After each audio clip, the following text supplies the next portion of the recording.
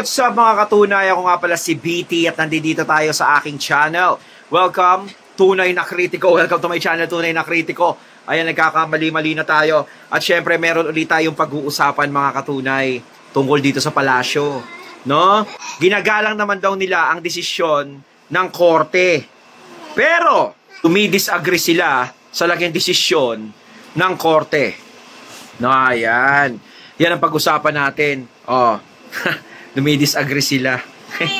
Maaasahan pa ba natin hindi sila magdidisagree? Talaga namang alam natin na magdidisagree sila. Ayan, basahin natin to mga katunay. No? Siyempre, nakuha natin to sa Inquirer.net.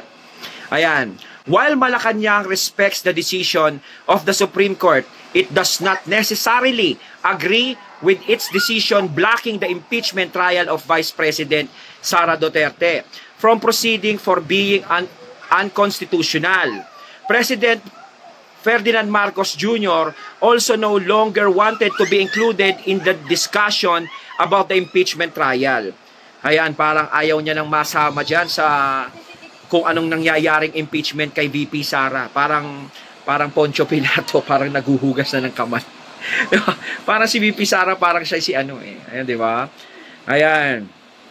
Saying it was a mandate of the legislative branch of the government and not of the executive, and more words from him might be misconstrued as politicking. Mayang politicking, ha? According to Palace Press Officer Undersecretary Claire Castro, the Malacanang fully respects the decision of Supreme Court as the final arbiter of the law. Ayan, nire-respect daw nila. No? Nire-respect nila yung desisyon ng korte. But it's one thing to respect the decision of the Supreme Court, and it's another thing whether you believe the Supreme Court's decision is right, she said in an interview over DCMM on Sunday. Ayan.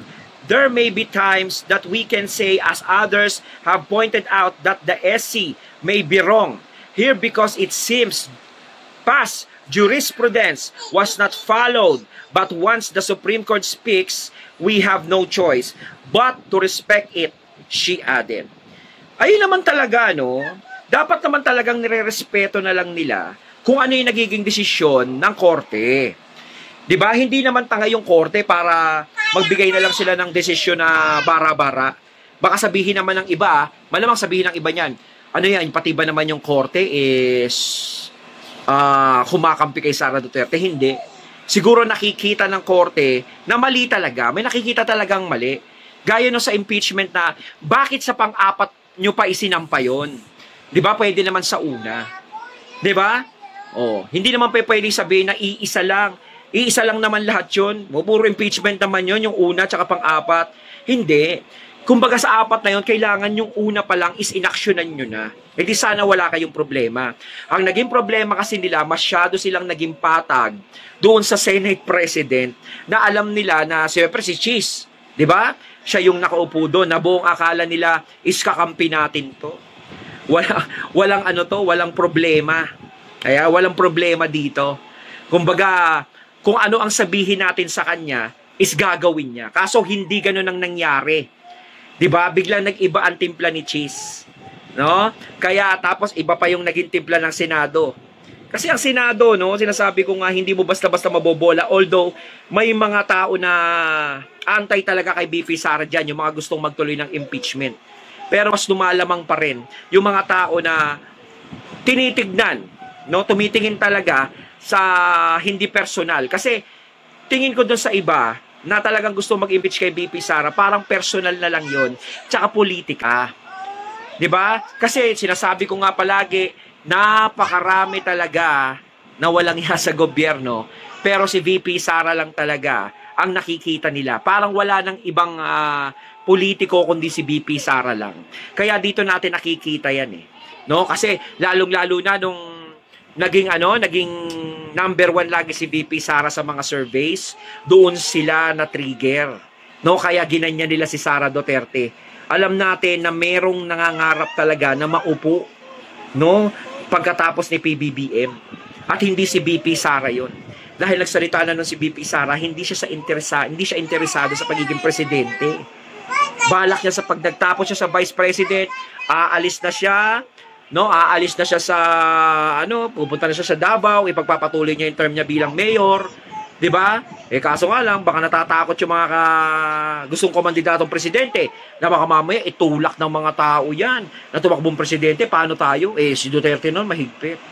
O si BP Sara patas 'yan. Baka mamaya madali tayo. O, 'di ba? Kaya ganoon. Kumbaga parang inunahan nila yung magiging desisyon ni Sara Duterte. Kaya ganyan sila ngayon. No? Ngayon, tama naman yung sinasabi na irespeto yung korte. Pero talagang meron pa silang mga side comment na gano'n na hindi sila parang kontento sa kung ano ang naging desisyon ng Korte Suprema. Di ba? Parang labag sa kanila yung naging desisyon eh. Parang labas sa ilong yung sinasabi nilang tinatanggap namin, nirerespeto namin. Kasi kung tinatanggap nyo na o nirerespeto nyo na kung ano yung naging desisyon ng korte, tapos na yan. Hindi na para pag-usapan yan. Ang daming problema ng Pilipinas na dapat nating pag-usapan. Ang daming problema ng Pilipinas na dapat nating resolbahin. Napakatagal ng usapin niyang Duterte. 'Di ba? Napakatagal na, hindi pa natatapos hanggang ngayon. Napakarami ng kaso ang ikinakaso sa mga Duterte, hindi pa rin natatapos.